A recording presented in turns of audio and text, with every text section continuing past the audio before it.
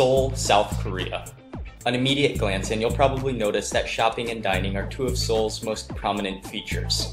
But after a little more research and wandering around, you'll notice that there's a rich history, mountains and parks, countless neighborhoods, and an interesting Korean culture.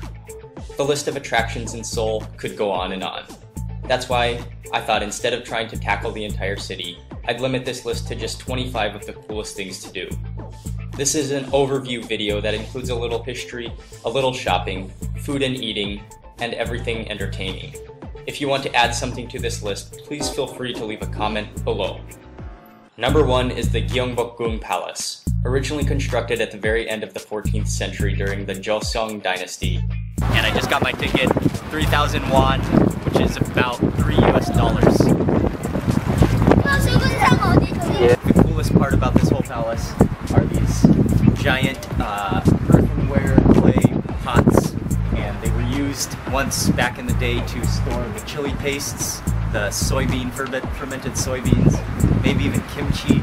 Okay, I'm at the Bokcheon Hanok village, which is a traditional Korean village. Nowadays it's quite a tourist attraction, but you just follow this map around and you go to a number of different viewpoints and basically check out this whole building, which are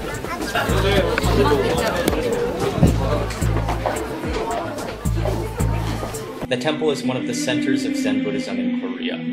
One of the coolest things about visiting the temple was the ancient trees on the compound, apparently over 500 years old, and strung with brightly colored lanterns. The Hwasong Fortress is now a UNESCO World Heritage Site, and one of South Korea's most important historical sites. Okay, I'm gonna start the ascent up to the fortress walls, so I don't know how long this will take, but it doesn't look that high.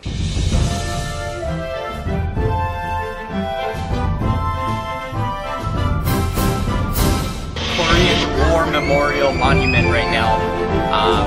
It's a pretty cool place actually.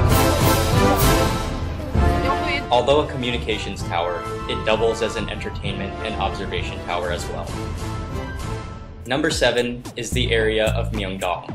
Shopaholics will rejoice when they go to Myeongdong. It's one of Seoul's busiest and most shopper-insane areas of town.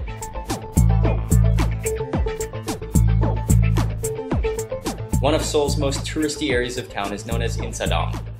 If you're looking for Korean souvenirs to bring back, this is a great, yet kind of expensive place to buy things. Coming in at number 9 is the Namdaemun Market, located in the central area of Seoul, and it's one of the city's largest and oldest markets. This is Seoul in its most thrilling local flavor.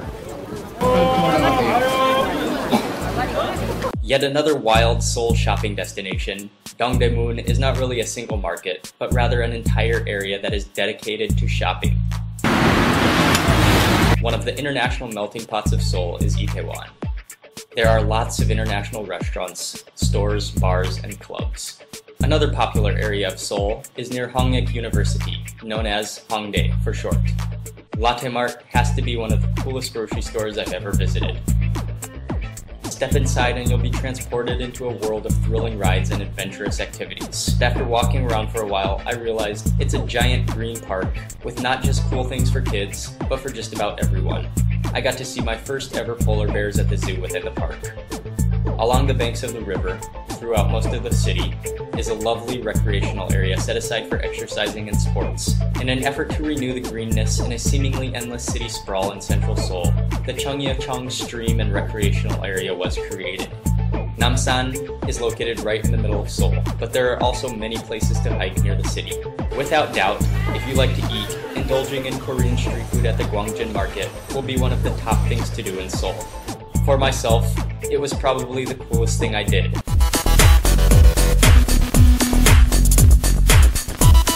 Number 20 is Seoul's Noryangjin Fisheries Market, a bedazzling display of the finest and freshest seafood. The seafood is kept so fresh in water that it sometimes looks like you're in a pet store instead of a food market. Isn't that awesome? Garak Market is the biggest and craziest distribution wholesale food market in Seoul. Food comes to this market from around the entire country to supply the city. One of the finest things to do in Seoul is to explore with your stomach. Much of the street food in Seoul is made for on-the-go eaters who just have a few moments to grab a quick snack. The food is served piping hot and is fresh and extremely tasty. Deep-fried items and hot dogs are popular choices.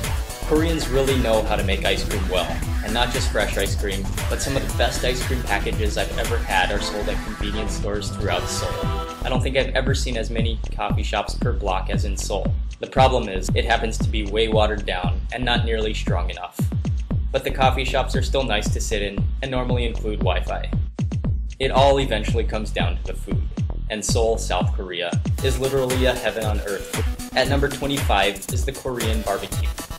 Sitting at a table with your own personal grill in front of you, ordering plates of meat, grilling them right before your nose, and devouring the meat along with Korean side dishes and leaves of lettuce and garlic, is one of the world's most delicious ways to feast. During my entire visit, I was enthralled and confused at the same time, debating what to eat and trying to eat as much South Korean food as possible.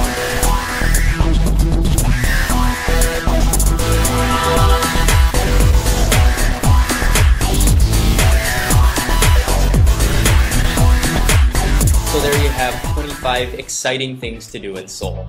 But like I said before, this is by no means everything there is to do in Seoul. So if you have any other suggestions, please leave a comment below and let me know.